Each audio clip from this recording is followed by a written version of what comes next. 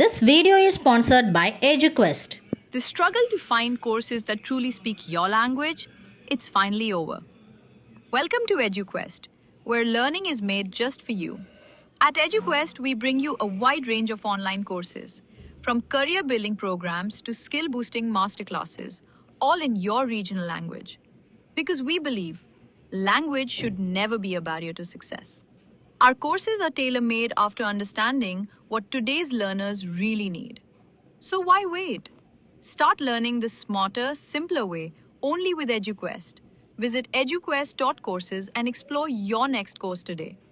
And hey, don't miss out on our exciting offers and promotions. இன்னைக்கு நம்ம PRAN வடி பிரியாணி தான் செய்ய போகிறோம்.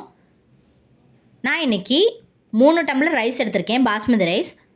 அதுக்கு ஒரு டம்ளருக்கு 2 ஸ்பூன் எண்ணெய் அப்படின்ற விதத்தில் 6 டேபிள் ஸ்பூன் வந்து எண்ணெய் ஆட் பண்ணியிருக்கேன். கொஞ்சமாக நெய் சேர்த்துருக்கேன். இப்போ எண்ணெய் நல்லா சூடாகட்டும். இப்போது ஒரு பாத்திரத்தில் 2 லிட்டர் தண்ணி ஆட் பண்ணி கொஞ்சமாக கல்லுப்பு, கொஞ்சமாக புதினா இலைகள்,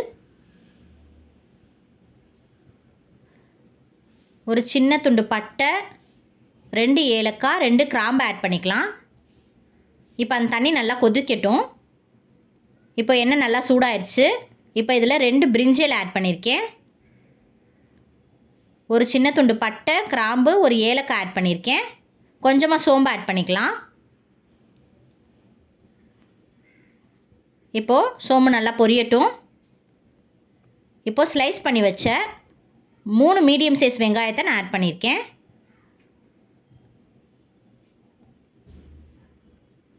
3 பச்சை மிளகாயை 2 கட் பண்ணி உள்ளே சேர்த்துருக்கேன்.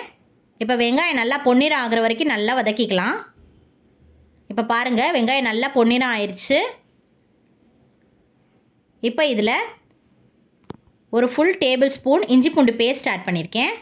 இப்போ இதையும் வந்து பச்சை வாசனை போகிற அளவுக்கு நல்லா வதக்கிக்கலாம்.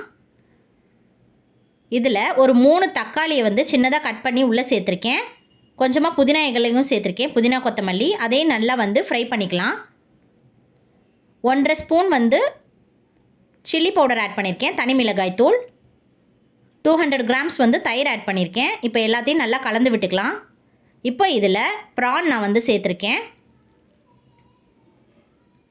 1/2 kg ப்ரான். இப்போ பாருங்கள், நான் அரிசி போட்டுட்டேன். கொதிச்சோன்னையும் ஒரு 5 மினிட்ஸ் கொதிக்க வச்சாலே வந்து நல்லா உடஞ்சி வந்துருச்சு. அரிசி வந்து ஒரு 75% நல்லா வெந்துருச்சு. இப்போ பாருங்கள், இந்த சைட் ப்ரானும் வந்து நல்லா வெந்துருச்சு. இப்போ இதில் தேவையான அளவு தண்ணி சேர்த்துக்கலாம். இன்றைக்கி இதில் நான் 1க்கு 2ன்ற அளவில் தண்ணி சேர்த்துருக்கேன். தண்ணி நல்லா கொதி வந்துருச்சு. இப்போது அதை வந்து அந்த அரிசியை வந்து தண்ணியெல்லாம் வடிச்சிட்டு அந்த ரைஸை மட்டும் இப்போ உள்ளே சேர்த்துக்கலாம். அந்த 75% நல்லா வெந்து வந்திருக்குல, அந்த ரைஸை இப்போ உள்ளே சேர்த்தாச்சு. இப்போ மேலாப்பில் லைட்டாக கொஞ்சமாக மட்டும் தண்ணி ஆட் பண்ணிக்கலாம். இந்த தண்ணியில் வந்து நான் கொஞ்சமாக மிளகாத்தூளும் உப்பு சேர்த்துருக்கேன். உப்பு கொஞ்சம் கம்மியாக இருந்தனால இந்த தண்ணியிலேயே கரைச்சி சேர்த்துட்டேன் நான். இப்போது மைல்டாக கலந்து விடலாம். ரொம்ப போட்டு கிண்டிகிட்டே இருந்தோன்னா அரிசி உடஞ்சிரும்.